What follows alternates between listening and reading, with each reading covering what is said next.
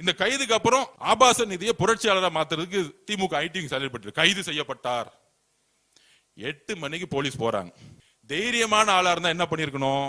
போன உடனே 8:15 வெளியே வந்துட்டு, நான் ட்ரெஸ் மாத்திட்டு வரேன், டாய்லெட் போயிட்டு வந்துடுறேன், இது நமக்கு தேவைதான், இது ஒரு அடிப்படை கடமை.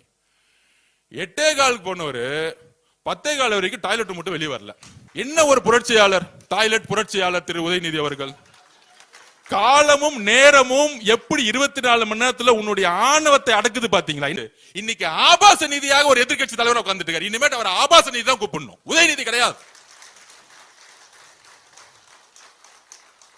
உறுதியாக சொல்றோம். என்ன வார்த்தைகள்! நான் கேட்கிறேன், நான் என்ன பேசுனது தவறுன்னு இன்னைக்கு வரைக்கும் உணரல. வார்த்தைகள் தவறு இருக்கலாம், மனிதன் உணர வேண்டும்.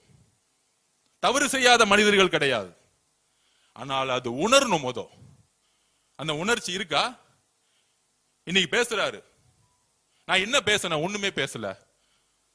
உங்களுடைய அம்மா முன்பும் உங்களுடைய மகள் முன்பும் இந்த வார்த்தையை பேச முடியுமா திரு உதயநிதி அவர்களே? பேச முடியுமா? எல்லோருக்கும் குடும்பம் இருக்கு, எல்லா பெண்களையும் ஒரே மாதிரி பார்க்கணும். எங்க அம்மா பார்க்கிற மாதிரி தான் இன்னொரு அம்மாவை நான் பார்க்க முடியும். அந்த உணர்வு உங்ககிட்ட இல்ல. ஆனா எங்க தலைவருக்கு ஒவ்வொரு பெண்ணையும் தன்னுடைய அம்மாவும் தங்கச்சியாவும் அக்காவையும் பார்த்துட்டு இருக்காரு. இதனாலதான் இந்த ரியாக்ஷன். இதுதான் உண்மை. இது அரசியலோ பழிவாங்களோ கிடையாது. நாங்க எதுக்கு அரசியல் பழி வாங்கணும்? 60 வருஷ வரலாற்றை தூக்கி எறிஞ்சு சிங்கிளா தனியா எங்கால் ஜெயிச்சிருக்காரு எலெக்ஷன்ல. உங்களை எதிரியாவே நாங்க பார்க்கல. எங்க தலைவரை எதிர்த்து நிக்கிறதுக்கு ஒரு தகுதி வேணும்.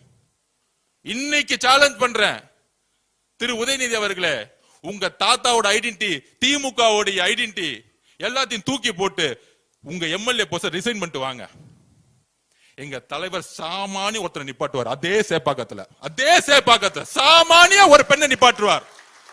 சாமானிய ஒரு பெண்ணை சேப்பாக்கத்துல இன்னைக்கு நாங்க நிப்பாட்டுக்கு ரெடி. சேலஞ்ச் பண்றோம். ஒரே ஒரு முறை எங்க தலைவர் வருவார் பிரச்சாரத்துக்கு, ஒரே ஒரு முறை தான் வருவார். டெபாசிட் வாங்க மாட்டீங்க, எழுதி வச்சுக்கிறீங்களா? இன்னைக்கு சேப்பாக்கத்துல எலெக்ஷன் நடந்துச்சுன்னா ஏன் தெரியுமா? திமுக இன்னைக்கு எதிர்கட்சி தலைவரானதுக்கான காரணமே கூட்டணி கட்சினாலதான். கூட்டணி கட்சியோட 20% மைனஸ் வச்சுங்க, 10 தொகுதி ஜெயிச்சிருக்க மாட்டாங்க. கூட்டணி கட்சினால 10 தொகுதி இல்ல. காங்கிரஸ், ஐஎம்எல், கம்யூனிஸ்ட், விசிக இல்லன்னா திமுகனால 10 தொகுதி ஜெயிச்சிருக்க முடியாது.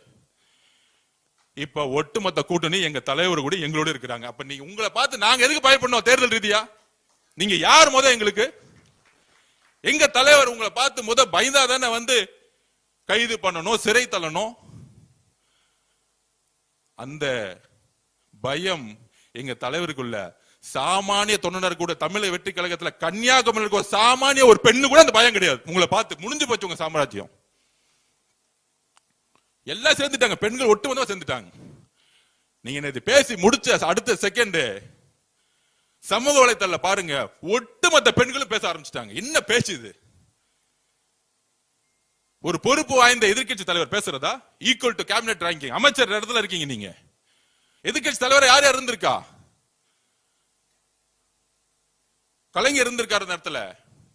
என்ன பேச்சுகள் இது? மேடம் ஜெயலலிதா உட்கார்ந்து இருக்கா, உங்க இடத்துல எந்த இடத்துல உட்கார்ந்துட்டு இருக்கீங்க? காவேரி பிரச்சனை பத்தி பேசுறோம். காவேரி பிரச்சனை பத்தி நாளைக்கு சட்டசபையில் நீங்க எந்திரிச்சு என்ன வேணா கொஸ்டின் கேளு. அதுக்கு உடனே சொல்றாங்க, அவர் வந்து நாளைக்கு சட்டசபையில் வந்து நம்ம கேள்வி கேட்டு வர பயந்துட்டாங்களாம். 4 நாள் நீங்க என்ன கேள்வி கேட்டீங்கன்னு எனக்கு தெரியாது. அந்த இடத்துல சும்மா உட்காந்துட்டு இருந்தீங்க 4 நாள். நீங்க கேள்வி கேட்கறீங்களா எங்களை பார்த்து? நாங்க ரெடி. என்ன கேட்பீங்க? இருமொழி கொள்கையா, நீட் பத்திரியா, காவேரி பிரச்சனையா, மேகதாது பிரச்சனையா, சட்டம் ஒழுங்கு பிரச்சனையா, 5 வருஷம் சட்டம் ஒழுங்குல போஸ்கோ சட்டத்துல எத்தனை பேர் கைது ஆயிருக்காங்கன்னு கணக்கெடுப்போம். நாங்க வந்து 80 நாள் ஆச்சு. 25 வருஷம் ஆண்டது நீங்க. ஒவ்வொரு ஃபைல தொட்டாலும் பண்ணதுக்கான எல்லா தவறுகளும் நீங்க. தனிப்பட்ட தாக்குதல்கள், ஒரு பெண்ணுடைய உடல், உறவு.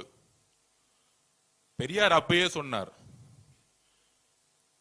பெண்ணை கடவுளா பாக்குறதோட பெண்ணை சக மனுஷியா பாருங்க, நம்மள ஒரு ஆளா பாருங்க. புனிதமா பேசுறது முக்கியம் இல்ல, சமத்துவமா பேசுறதான் முக்கியம். இந்த சிந்தனை உங்களுக்கு இல்லை திரு உதயநிதி அவர்களே. பெரியார் கருத்துக்களை உள்வாங்கி அண்ணா உருவாக்கிய இயக்கம் பெரியாருடைய பெண் ஏன் அடிமையானால் புக்கை எடுத்து மொத உதயநிதிக்கு புக்கை கொடுக்கணும். அந்த சிந்தனை இருக்குல்ல, அந்த ஒரு பிறப்பால் ஒரு சிந்தனை இருக்குல்ல திரு உதயநிதி அவர்களுக்கு. எங்க தாத்தா கலைஞர் முன்னாள் முதலமைச்சர், எங்க அப்பா முன்னாள் முதலமைச்சர் ஸ்டாலின், எங்க அப்பா முன்னாள் முதலமைச்சரா இருந்ததுனால இன்னைக்கு என்ன பட்டாபிஷேகம் பண்ணி எதிர்கட்சி தலைவரா உட்கார்ந்து வச்சிருக்க அந்த திமிர் இருக்குல்ல, அந்த திமிர் தான் பிறப்பால் உருவாக்கப்பட்டது. அந்த பிறப்பால் உருவாக்கப்பட்ட ஆணவம் தான் இன்றைக்கு 57 எம்எல்ஏவோட உங்களை உட்கார வச்சு 26 கட்சி கூட்டணியை உருவாக்கி ஒவ்வொரு தொகுதியில் 40 கோடி ரூபாய் செலவு பண்ணி 75 வருஷ பாரம்பரிய கட்சியை உங்களுடைய ஆணவத்தால் இன்னைக்கு உங்களை உட்கார வச்சிருக்காரு திரு மு.க. ஸ்டாலின் அவர்களை. இன்னைக்கு வீட்டுல உட்கார்ந்ததுக்கான உங்களுடைய ஆணவம். ஏன் அந்த வார்த்தையை சொல்றேன்னா, இப்ப எக்ஸ்ல ஒரு ட்வீட் போட்டிருக்காரு, தமிழக வெற்றி கழகத்துக்கு ஆணவமா திரு மு.க. ஸ்டாலின் சொல்றாரு. இதுவரைக்கும் எங்களுடைய முதலமைச்சர் எங்களுடைய அண்ணன் ஒரே ஒரு இடத்துல பெண்ணை தவறா தரக்குறைவா பேசி பார்த்திருக்கீங்களா? எழுதி வச்சுங்க, இப்ப எழுதி கொடுங்க திரு மு.க. ஸ்டாலின் அவர்களே. உங்கள் மீது ஏற்படக்கூடிய ஊழல் குற்றச்சாட்டுகளை பத்தி பேசியிருப்பார், அதிகார அத்துமீறலை பத்தி பேசியிருப்பார், உங்களுடைய குடும்ப ஆட்சியை பத்தி பேசியிருப்பார். இதுதான் மக்கள் கிட்ட அவர் கொண்டு போன பிரச்சாரம். வேற எந்த பிரச்சாரத்தையும் அவர் உருவாக்கல. அவர் சொன்ன மாதிரியே எழுதி வச்சுக்கோங்க, இந்த 80 நாள்ல 75 வருஷத்துல ஒழிக்க முடியாத ஊழலை ஒவ்வொரு தொழிலும் ஒழிச்சிருக்கிறார். இன்னைக்கு இந்த 80 நாள்ல பார்ட்டி ஃபண்ட் முதலமைச்சர் கலெக்ஷன் பண்ண நினைச்சா 10,000 கோடி ரூபாய் ஈஸியா கலெக்ஷன் பண்ண முடியும். அது வேணான்னு தூக்கி போட்டிருக்காங்க. எங்களுக்கு தெரியாத அந்த வழி. இங்க இருக்கக்கூடிய ஒவ்வொரு சட்டமன்ற உறுப்பினர்கள்ட்ட கையில 5 லட்சம் ரூபாய் இன்னைக்கு வரைக்கும் பணம் இல்ல. இங்க இருக்கக்கூடிய அமைச்சர்கிட்ட இன்னைக்கு வரைக்கும் மொத்தமா 25 லட்சம் ரூபாய் பணம் இல்ல. ஒரு நேர்மை என்பது என்ன தெரியுங்களா? வாய்ப்பே இல்லாம நேர்மையா இருக்கிறது முக்கியம் இல்ல. எல்லா வாய்ப்புகளும் இருந்து ஒரு மனிதன் அதிகாரமும் அந்த பலமும் இருக்கும் பொழுது நேர்மையா என் மக்கள் கிட்ட நான் என்ன சொன்னோமோ அங்க நிமிர்ந்து ஒவ்வொரு நாள் உட்கார்ந்துருக்காரு பாத்தீங்களா எங்களோட முதலமைச்சர். அந்த நேர்மைதான் மக்கள் அவரை நேசிக்க வைக்குது. அந்த நேர்மைதான் தமிழ்நாட்டுடைய ஒட்டுமொத்த பெண்களுடைய அண்ணனாவும் தம்பியாவும் மகனாவும் இருக்கிறார் எங்க தலைவர். எங்களுடைய நாங்களும் சரி போன உடனே அன்பா பெண்கள் ஏன் ஓடி வராங்க? தமிழக வெற்றி கழகம் நான் திருப்பி பதிவு பண்ணோம், கண்டிப்பா ஆளுங்கட்சி ஆகும். கண்டிப்பா மாண்பு முதலமைச்சர் ஜெயிச்சு முதலமைச்சர் ஆக்குவார். 4 மாசம் முன்னாடி நம்பல. அதற்கான காரணம் என்ன தெரியுமா? எல்லாரும் இளைஞர்கள் சொல்லிட்டு இருந்தாங்க. ஏன்னா நம்ம போகும்போது எல்லாரும் இளைஞர்கள் நம்மள வேலை பார்க்கறதுக்காக எல்லாம் ஓடி வருவாங்க.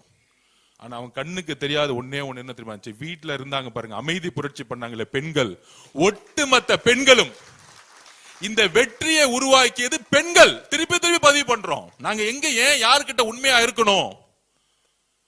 நாங்க நினைக்கிறோம் தெரியுமா? முதல்ல தமிழ்நாட்டில் இருக்கக்கூடிய எங்களுடைய தாய்மார்களுக்கிட்டையும் எங்களுடைய அக்கா கிட்டையும் தங்கச்சிக்கிட்டையும் நாங்க உண்மையா இருக்கணும்னு நினைக்கிறோம். ஏன்னா இந்த கட்சியை உருவாக்கியது தமிழக பெண்கள்.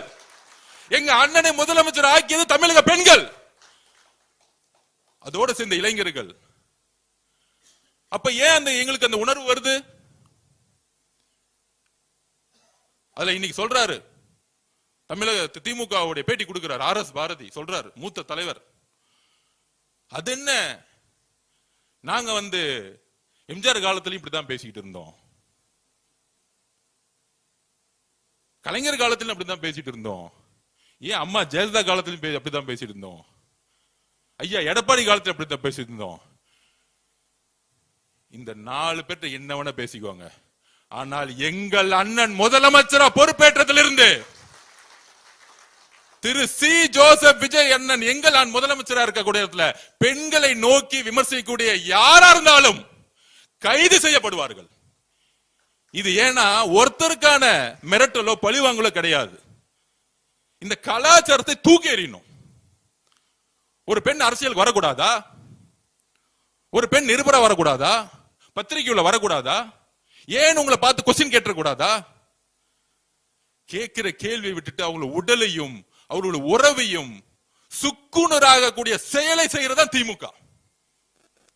அப்ப அண்ணா பேசிய சமூக நீதியும் மாநில சுயாட்சியும் தூக்கி எறிஞ்சு அங்க இருக்க அதிமுக, அங்க இருக்க அதிமுகவுடைய பொதுச்செயலர் இபிஎஸ் உட்கார்ந்துட்டு இருக்காரு. அவர் அமைதியா உட்கார்ந்துட்டு இருக்காரு. இந்த சண்டையில நம்ம எந்திரிக்க கூடாதுப்பா, நம்ம அமைதியா இருப்போம். ஆனா திமுக எந்திரிச்சு எக்ஸ்போஸ் ஆயிட்டாங்க. அப்ப அவர் பேசுறது கேட்க முடியல. ஏன் முடியலன்னா அதான் ஆதிக்கம். நான் திருப்பியும் பதிவு பண்ண திமுகவுடைய தோல்விக்கு ஆதிக்கம். பண்ணையார் மனத்தனம், நாம மட்டும்தான் ஆளுங்கட்சி, எங்க அப்பா எங்க புள்ள நாங்க மட்டும்தான் முதலமைச்சர், ஒரு கொத்தடிமை கூட்டம் தான் வந்து அமைச்சர்கள், இப்படி ஒரு சிந்தனையை அவங்க நம்பிட்டாங்க. எலெக்ஷன் முன்னாடி ரொம்ப நம்பிட்டாங்க. அடுத்த 26க்கு இப்ப என் டிபார்ட்மெண்ட்லாம் பாத்தீங்கன்னு வச்சுக்கோங்க, நெடுஞ்சாலை துறையிலையும் பொதுப்பணித்துறையிலையும் 2028 வரைக்கும் டெண்டர் போட்டு போயிருக்காங்க. அட்வான்ஸ் வாங்கிட்டாங்க. கரெக்டா மார்ச் மாசம் ஏப்ரல் மாசம் டெண்டரை போட்டு 2028 வரைக்கும் டெண்டரை போட்டுட்டு அட்வான்ஸ் உனக்கு எல்லாம் வச்சுக்கோ, நான் தான் ஆட்சிக்கு வர போறேன். அப்ப அவங்களுக்கு வந்து என்னன்னா முடிவு பண்ணிட்டாங்க, ஓகே நம்ம தான் அடுத்தது, என் பிள்ளைய தூக்கி அடுத்த முதலமைச்சர் போறேன். ஒரு கடுமையான சிந்தனை வந்துருச்சு அவங்களுக்கு. ஆனா ரிசல்ட் அன்னைக்கு நெஞ்ச மட்டும்தான் பிடிச்சிக்கல, அப்படியே ஷாக் ஆயிருச்சு. உடனே அதிமுக பேச பார்த்தாங்க. அந்த கதையெல்லாம் நமக்கு எல்லாருக்கும் தெரியும். அதுல கூட்டணி கட்சிகளே சொல்லிட்டாங்க, நாங்க நீங்க அதிமுகவும் திமுகவும் சேர்ந்து பிஜேபியோட சேர்ந்து ஆட்சி அமைக்க போகுதுன்னு கம்யூனிஸ்ட் தோழர்கள், ஐஎம்எல் தோழர்கள், காங்கிரஸ் தோழர்கள் எல்லாரும் சொல்லிட்டாங்க. இந்த அரசியல் ஃபர்ஸ்ட் 30 நாள் போச்சு. அடுத்த 30 நாள் நம்ம எம்எல்ஏ கிட்ட 50 கோடி கொடுக்கலாமா, 20 கோடி கொடுக்கலாமா? வேட்பாளரா இருக்கும் போதே 1 ரூபாய் கொடுத்து என் வேட்பாளரை வாங்க முடியல. எம்எல்ஏ ஆன எங்களுடைய சட்டமன்ற உறுப்பினர் கிட்ட எதிர்காலமே இல்லாத திமுக தலைவரே சட்டமன்ற உறுப்பினர் ஆக முடியாத திமுக நம்ம சட்டமன்ற உறுப்பினர் பேசுறாங்களா 50 கோடி தரேன், 20 கோடி தரேன். அவங்க பக்காவா ரெக்கார்ட் பண்ணி போலீஸ்ல கொடுத்துட்டாங்க. அதனால செந்தில் பாலாஜி காலையிலயும் மாலையிலும் சைன் போட்டுட்டு இருக்காரு. அப்ப நம்ம சட்டமன்ற உறுப்பினருக்கு தெரியாதா? அடுத்த 10 வருஷம் இல்ல, திமுக தலைவர் மு.க. ஸ்டாலின் அவர்களே, எம்ஜிஆர் உயிரோட இருக்க வரைக்கும் அவர் சேர்ல இருந்து உங்க அப்பானாலே தூக்க முடியல, எழுதி வச்சுக்கோங்க. அவர் இருக்கிற வரைக்கும் உங்களால ஒண்ணுமே செய்ய முடியாது. உங்களோட சாம்ராஜ்யம் முடிஞ்சிருச்சு. அதுக்கு ஒரு 6 மாசம் அவங்க ஒத்துக்கிறதுக்கு. அது வரைக்கும் இந்த கடல்ல மீன் இருக்கு பாத்தீங்களா, எடுத்து தரையில போட்டீங்கன்னு வச்சுக்கோங்க, அப்படியே துள்ளும் பாத்தீங்களா, இந்த 6 மாசம் அப்படியே துள்ளிட்டு இருப்பாங்க. அதை நம்ம கொஞ்சம் கண்டு கூடாது. ஒரு 6 மாசத்துல அப்படியே அமைதியா வீட்டை விட்டு வரமாட்டாங்க. அப்ப திமுக தலைவர் சட்டமன்ற உறுப்பினரா வர முடியல, சட்டசபைக்குள்ள வர முடியல. அடுத்தது யாரு எதிர்கட்சி தலைவராக்கலாம்? நான் உங்களுக்குள்ள ஒரு கூட்டம். எவ்வளவு சிறந்த அறிவாளிகள் இருக்காங்க திமுகல, இன்னைக்கு இருக்கிறாங்க. ஆனா திருப்பியும் மு.க. ஸ்டாலின் அவர்கள் ஒரு எதிர்கட்சி தலைவர்னா என்ன, ஈக்குவல் டு கேபினட் ரேங்கிங், அமைச்சருக்கு ஈக்குவல். அது தான் புள்ளதான் எதிர்கட்சி தலைவர் ஆகணும். திருப்பியும் ஒரு பட்டாபிஷேகம், துணை முதலமைச்சர் ஆக்குறது ஒரு பட்டாபிஷேகம், எதிர்கட்சி தலைவரா ஆக்குறது ஒரு பட்டாபிஷேகம். எப்ப லாஸ்ட் 5 வருஷம் சட்டசபைக்கு வராத ஒருத்தரை தூக்கி பட்டாபிஷேகம் பண்ணி எதிர்கட்சி தலைவர். அவரு வந்துட்டு ஃபர்ஸ்ட் 4 நாள் நம்ம பார்த்துட்டு தான் இருந்தோம் என்ன பண்றாரு அப்படின்னு. எந்திரிச்சு திடீர்னு ஒரு பேப்பர் எடுப்பாரு, சோபா மாடல் அதுன்னு பேசி திருப்பி உட்காந்துருவார். கடைசி நாள்ல முதலமைச்சர் பேச ஆரம்பிச்சாரு. எந்திரிச்சிட்டு இப்படிலாம் பேசக்கூடாது, பார்ட்டி ஃபண்ட் எல்லாம் பேசக்கூடாது. அப்ப வரலாற்றுல முதல் முறையா ஒரு முதலமைச்சர் தான் கடைசியா பேசி முடிப்பார். கவர்னருடைய உரைக்கு எல்லா கட்சியோட தலைவர்கள் பேசுவாங்க, எதிர்கட்சி தலைவர் பேசுவாரு, எல்லாத்துக்கும் பதில் வந்து முதலமைச்சர் கொடுப்பார். அதோட சட்டசபை முடிஞ்சிட்டு தேதி குறிப்பிடாம முடிச்சு வைப்பாங்க. இது எல்லாருக்கும் தெரியும். சபாநாயகர் திடீர்னு ஒண்ணு சொல்லிட்டார், மாண்புமிகு எதிர்கட்சி தலைவர்களே முதலமைச்சர் பேசி முடிக்கட்டும், உங்களுக்கு பேசுறதுக்கு வாய்ப்பு தரேன். இது சுதந்திர வரலாற்றில் தமிழ்நாட்டில் இதுவரைக்கும் எந்த சபாநாயகரும் சொன்னதே கிடையாது. உங்களுக்கு அறிவு இருந்தா, திறமை இருந்தா, திராவிட முன்னேற்ற கழகத்தின் ஒரு உண்மையான எதிர்க்கட்சி தலைவராக இருந்திருந்தா அந்த வாய்ப்பை பயன்படுத்தி இருக்கலாமா, முடியாதா? இதுவரைக்கும் முதலமைச்சருடைய உரை, ஒட்டுமொத்த உரையை எடுத்து பார்த்துக்கோங்க, தனிப்பட்ட விமர்சனங்கள் கிடையவே கிடையாது. ஒரே ஒரு முறை மதுரையில் அங்கிள்னு சொன்னார். அது அவருடைய ஒரு உறவு முறையில சொன்னார். அவர் தவறுன்னு சொன்னோன்னே, வருந்துறாங்கன்னு சொன்னோன்னே அடுத்த மீட்டிங்ல சொன்னாரு, நான் தவறான வார்த்தைகளை சொல்லல, ஒரு உறவு முறையில சொன்னேன், இனிமேட்டு அந்த வார்த்தையை சொல்ல மாட்டேன்னு சொன்னது எங்க தலைவர். இதுதான் உண்மை.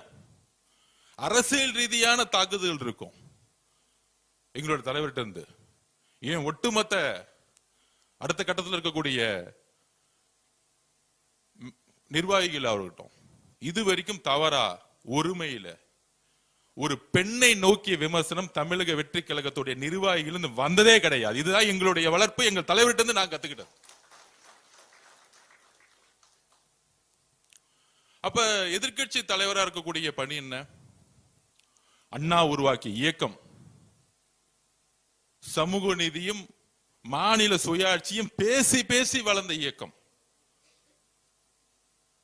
அதுக்கப்புறம் கலைஞர் 1000 குற்றச்சாட்டுகள் இருக்கான், சமூக நீதி பேசி கட்சியை வளர்த்தார். அவரும் பெண்களை கொச்சையா பேசக்கூடிய வழக்கத்தை திருமதி இந்திரா காந்தி மேடம் கிட்ட இருந்து கொண்டு வந்தார். அது என்ன பேசினார் அதுக்குள்ள போக விரும்பல, இறந்தவரை பத்தி பேச வேணாம், வரலாறு.